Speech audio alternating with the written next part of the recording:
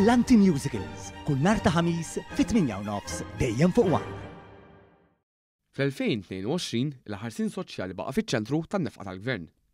Dan joħroġ minn ċifri uffiċjali pubblikati mill-Uffiċċju Nazzjonali tal-Istatistika l-NSO li wrew li fl-2022 in-nefqa totali tal-Gvern ċentrali kienet ta' kważi 6 biljun u 900 miljun euro, żieda ta' 290 miljun euro fuq is-sena ta' qabel l-2021. Bħala persentaġġ tal-prodott gross domestiku, in-nefqa tal-Gvern fl-2022 kienet ta' 39%, tnaqqis minn 42% fl-2021. Hawnhekk in-nefqa fuq il-ħarsien soċjali baqgħet l waħda fejn qabżet il-biljun u 700 miljun euro.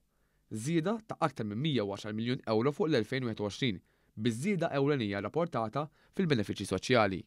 L-Uffiċċju Nazzjonali tal-Istatistika jur li b'kollox intefqu biljun u nofs euro fuq affarijiet ekonomiċi, żieda ta' 113 miljun euro fuq l-2021. Minnhom 312 miljun euro kienu għall-inizjattiva ta' għajnuna għall-enerġija biex jilqgħu għall-effetti tal-kriżi internazzjonali. Dan wara li mill-bidu tal-2022 il-Gvern ħad deċiżjoni li jerfa'u iż-żidiet fil-prezzijiet tal-elettriku u l-fuels u jżommhom stabbli għall-familji u negozji differenti minn pajjiżi oħra.